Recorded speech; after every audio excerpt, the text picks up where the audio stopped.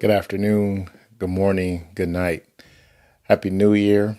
I'm so excited that you joined me again here on Wisdom on Wednesdays with Ray. Thank you for sharing our podcast with the world. Thank you for encouraging us. Thank you for commenting on our podcast. Thank you for sharing us with your friends.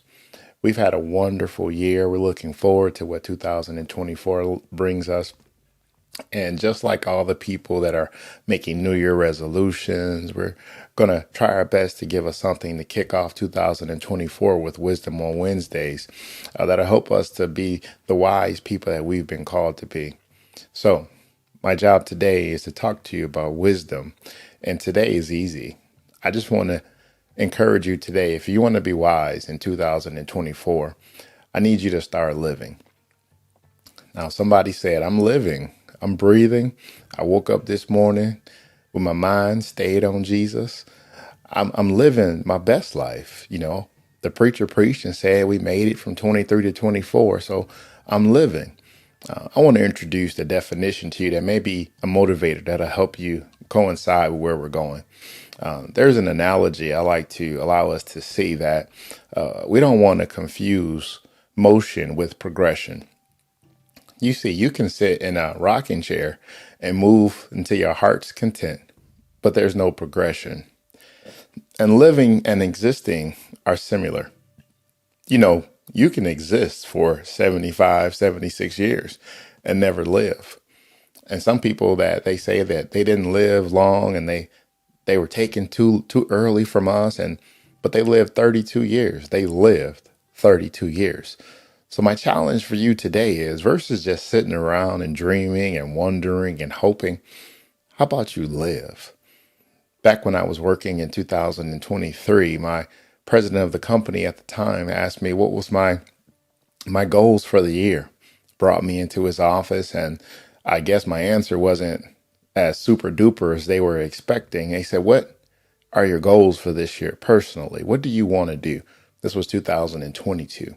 What is it that you want to do with your life? This is what my answer was. I said, I want every day of this year to be a year that I live every day.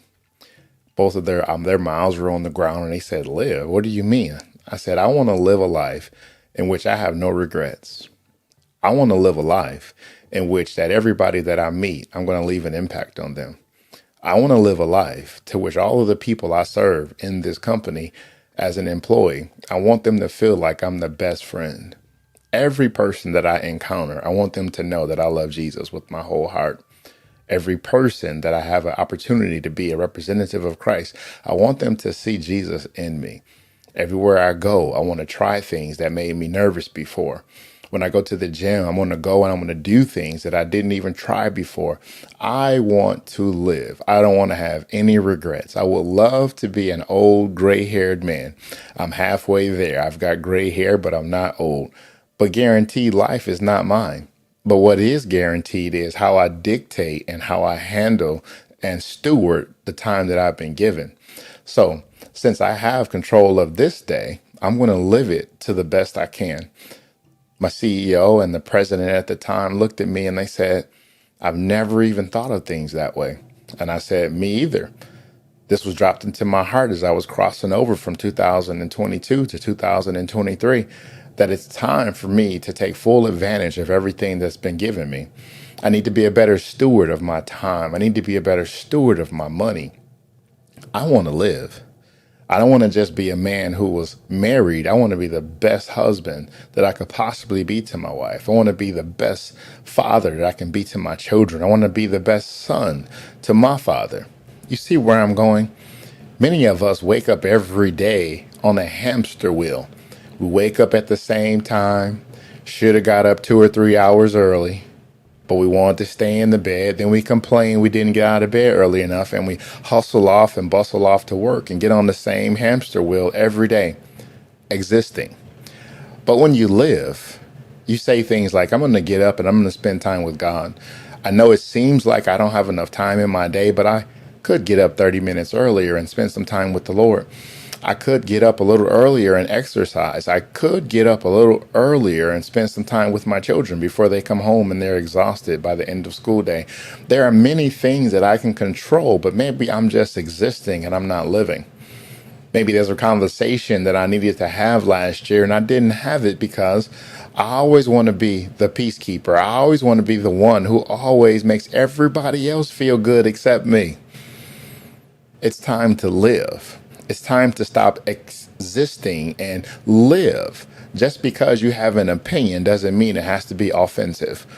Just because it's time for your blood pressure to come down like everybody else's, it doesn't mean that you have to ruin somebody's Thanksgiving. There's no need for us to have all this pent up anxiety in our hearts, worrying about people's opinions, because people are going to have an opinion if you're doing fine or if you're not. So when you live, you're not totally consumed with the opinions of people, but you're consumed with your goals. You're consumed with your aspirations. You're consumed with the things that are important to you. But maybe that's the answer. Maybe we don't know what's important to us, and we've been living off of the expectations of other people. So it's hard to live for yourself when you're living according to other people's expectations. Aha, I get it. I'm existing now because there's not enough left of me because I'm living for other people. I'm living for my children. I'm living for my spouse. I'm living for my job. I'm living for my debt. I'm working just to pay debt. But let me ask you a question. What gets you out of bed every day? What allows you to get up excited that God gave you another day? What is it that puts your heart on fire when you daydream about it? What happens when you drive fast with loud music? What goes through your mind? What do you want to accomplish before you breathe your last breath? Question of the hour. What's keeping you from doing that? Remember when you were working? You said you couldn't do it because you were working. You've been retired for a little while. Remember you said you couldn't do it because you were single? You're married now. What's keeping you from doing it? Remember you said, I can't do that because I don't have children. You have children now. You still haven't done it. So at the end of the day, what is it that's actually keeping you from living? Is it what your parents called you? What somebody told you when you were a young person and you're still believing that somebody said you'll never accomplish anything? So you're just existing, allowing somebody else's prophecy to be fulfilled in your life? Is it because you're angry because life didn't turn out the way you thought it was going to be? It was a little harder on you than everybody else. So now you're in a perpetual pity party for the last 20 years. My question is still to you this day, what is allowing you to exist versus live? I had a man tell me early on in my life, he says, the most arrogant thing you can do is to expect you have more time than you do. Friends, we have no control over how long we'll be here on this earth. But while we're here, we can make all of our goals come true. While we're here, we can influence all types of people's lives. While we're here, we can put our fingerprint, our imprint on somebody else's success. While we're here, we can do things that people will remember us because we were living and not existing. Existing will make you stay in the house when you're supposed to be out sharing your gift with the world. Existing will make you be a mediocre mate when you're supposed to be somebody that makes your wife's heart skip a beat when you come in the room. Existing will allow men to keep on that same old dusty t-shirt when you know you got some fine linens that'll make your wife's heart soar when you walk in the room. Existing versus living. Some of us exist because we've been suffering for a long time. There are some things that's been in our minds and our hearts and our spirits. We have some relationships that really set us back because they didn't work well. So we've just been existing because somebody broke our heart. Well, I'm here to encourage you today that you don't have to live in the same old situation because somebody didn't appreciate you. Can I help you today? I appreciate you. I love the fact that you keep on trying. I love the fact that your heart breaks and you still cry when your feelings get hurt. That means there's still hope inside of you. So my challenge for you today, wise person, is to evaluate, why are you living? Why am I living? What gets me out of the bed? Am I living or am I just existing?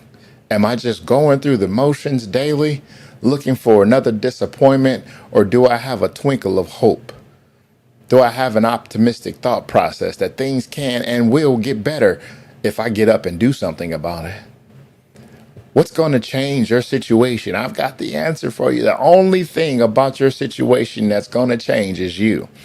If you don't do anything about it, you're going to have the same year you had last year. If you don't get off the couch, you're going to have the same heartache in the midnight hour. If you don't go to the gym to get your life together, to put your mind back in order, you're going to have the same depressing thoughts all year. So what are you going to do about it? Are you going to live, or are you going to continue to make excuses to exist, to be there for everybody except you? Last story, and I'll get out of your way. It's a sad case that you can be there for everybody in the world except yourself. Go to bed tired, exhausted every single day. And somebody told you that that was a good parent. Somebody told you that was a good husband. Somebody told you that was a good mom. If you go to bed exhausted, taking care of your family, you're a good person. I've got a news flash for you. If you don't take the time to take care of yourself, you won't be any good to anybody. So that's me today for our first Wisdom of Wednesday of 2024. Take time to live and stop just existing. That's Wisdom on Wednesdays with Ray. I'm glad you spent a little bit of time with me. Looking forward to seeing you next week. Have a wonderful 2024 and a great week. God bless.